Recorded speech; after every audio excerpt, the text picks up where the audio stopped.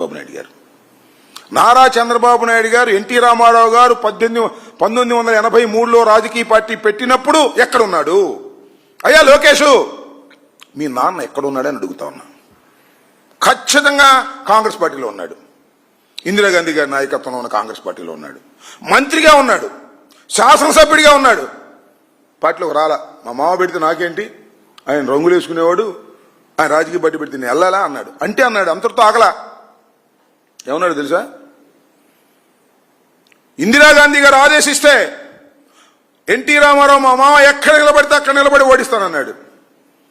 ఈయన ఓడిపోయాడు. చంద్రగిరిలో తుక్కుతుగ్గా ఓడిపోయాడు. తుక్కుతుగ్గా ఓడిపోతే మళ్ళీ దొడ్డిదోమని వచ్చాడు. కాంగ్రెస్ పార్టీని కసక్కమని పొడిచేశాడు వెనక నుంచి. ఇందిరాగాంధీ గారు భిక్ష పెడితే, మంత్రి చేస్తే, అలాంటి కాంగ్రెస్ పార్టీని వెన్నుపోటు పొడిసి కసక్కమని వచ్చి దొడ్డిదారిన ఎన్టీ రామారావు గారి దగ్గర చేరాడు. చేరుడు అట్ట ఉన్నాడా? పాపం ఏ మాటకు ఆ మాట చెప్పాలి. దగ్గుపాటి వెంకటేశ్వరరావు గారు, ఎన్టీ రామారావు గారు పార్టీ పెట్టిన దగ్గర నుంచి దగ్గుపాటి వెంకటేశ్వరరావు గారు ఆ పార్టీని కాపాడుకుంటూ వచ్చాడు. ఆయనతో పాటు ఆయనే కదా హరికృష్ణ, వీళ్ళిద్దరు ఉన్నారు. వాళ్ళిద్దరిని తొక్కేశాడు. తొక్కేసి ఈయన వచ్చాడు. వస్తే వచ్చాడు, ఏం చేశాడు? ఎన్టీ రామారావుని కసక్కమని పొడిచేశాడు. పొడిచేసి అధికారం తీసుకున్నాడు. ఆ పొడవటానికి ఎవరిని అడ్డం పెట్టుకున్నాడు? దగ్గుబాటి వెంకటేశ్వరరావు గారిని, హరికృష్ణని, ఇద్దరిని అడ్డం పెట్టుకున్నాడు. అడ్డం పెట్టుకుని తొక్కేసి ఆయన చనిపోయిన తర్వాత ఇద్దరిని తొక్కేశాడు. మళ్ళా దగ్గుబాటి వెంకటేశ్వరరావు గారు శ్రీమతి రమారమణ గోవిందో చివరికి ఆయన వైఎస్ఆర్ కాంగ్రెస్ పార్టీలో కూడా చేరాడు. మీకు గుర్తుందో లేదో? పురంధరేశ్వరి గారు అయితే కాంగ్రెస్ పార్టీలో చేరింది. ఆ తర్వాత ఇప్పుడు బీజేపీలో చేరింది. మొత్తాన్ని చిందరవందర చేశాడు రాజకీయం కోసం. ఎంత దౌర్భాగ్యమైన రాజకీయం అయ్యా! నువ్వు మమ్మల్ని గొడవలంటావా?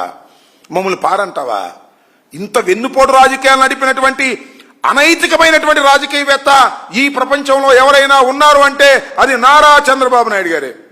అంతేకాదు, నేను మనవి చేస్తున్నా, మీకు గుర్తు చేస్తున్నా. మీకు చాలా మంది యువకులకు తెలియకపోవచ్చు, నారా చంద్రబాబు నాయుడు గారి తమ్ముడు ఒక ఆయన ఉన్నాడు, నారా రామ్మూర్తి నాయుడు గారు. ఆయన కూడా తెలుగుదేశంలో శాసనసభ్యుడిగా ఉన్నాడు. ఆయన ఎక్కడ అడ్డం వస్తాడని ఆయన సస్పెండ్ చేసి పారేశారు. ఆయన కూడా కాంగ్రెస్లో చేరాడు కొంతకాలం. ఇలాంటి నీచ రాజకీయాలు, దుర్మార్గమైన రాజకీయాలు ఆడింది మీరు. అంతేకాదు 2009లో, అంతేనా, 2019లో గుర్తులేదు, చెప్తా. రాజశేఖర రెడ్డి గారి మీద పోటీ చేయటం కోసం పార్టీలో పట్టు లేకపోతే జూనియర్ ఎన్టీఆర్ని తీసుకొచ్చుకున్నావు. గుర్తుందా మీకు? జూనియర్ ఎన్టీఆర్ని పాపం తిప్పనంతా తిప్పాడు. ఎన్టీ రామారావు గారు పోలికలు ఉన్నాయి కాబట్టి ఇతను మనకు ప్రమాదం లేదనుకుని తిప్పాడు. పాపం అతను యాక్సిడెంట్ అయింది, హాస్పిటల్ పాలు కూడా అయ్యి చాలా అనారోగ్యానికి గురయ్యాడు. తర్వాత అతను దొక్కాడు. మామూలు దొక్కుడు కాదు. ఎందుకు దొక్కాడు తెలుసా? నారా లోకేష్ గారికి ఎక్కడన్నా వస్తాడో, ఎన్టీ రామారావు గారు పోలికలు ఉన్నాయి జూనియర్ ఎన్టీఆర్కి, పార్టీ అంతా ఆయన పడిపోద్దాం, ఆయన అమ్మడిపడని నారా లోకేష్ని తొక్కేసినటువంటి దుర్మార్గం. కసక్కని పడి చేసావు కదా. అసలు నైతికత అసలు ఉందా నీకు? నీ బామ్మర్దిని, నీ బామ్మర్ది కొడుకుని, నీ తోడెల్లుణ్ణి, నీ వదిన్ని, నీ తమ్ముణ్ణి, ఇంతమందిని దారుణంగా రాజకీయంగా పొడిసేసినటువంటి వ్యక్తివి నువ్వు. ఇవాళ మమ్మల్ని అంటున్నావు గొడ్డల పార్టీ, పార పార్టీ అని.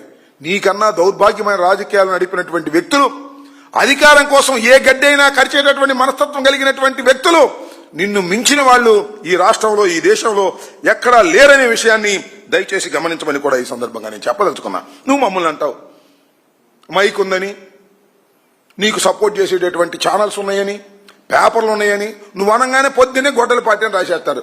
ఫ్రంట్ పేజీలు 2 పేపర్లు, 3 టీవీలు, గొడ్డల పార్టీని గుర్తుపెట్టి రాసేస్తారు. ఈ రకంగా మమ్మల్ని అన్పాపులర్ చేయాలనేటువంటి ఒక దుర్మార్గమైన ఆలోచనతో జగన్మోహన్ రెడ్డి గారి మీద నిప్పులు కురిసే మార్గం, బురద జల్లించే కార్యక్రమాలు నువ్వు చేస్తున్నా నమ్మరు స్వామి ప్రజలు. అంత తేలిక నమ్మరు. నీ జీవిత చరిత్ర అంతా కూడా బ్రహ్మాండమైన చరిత్ర. రాష్ట్ర పుస్తకం సరిపోద్ది. నీ అంత మోసగాడు ఈ రాష్ట్ర రాజకీయాల్లోనే కాదు, దేశ రాజకీయాల్లోనే లేరు. మోడీని ఏమన్నా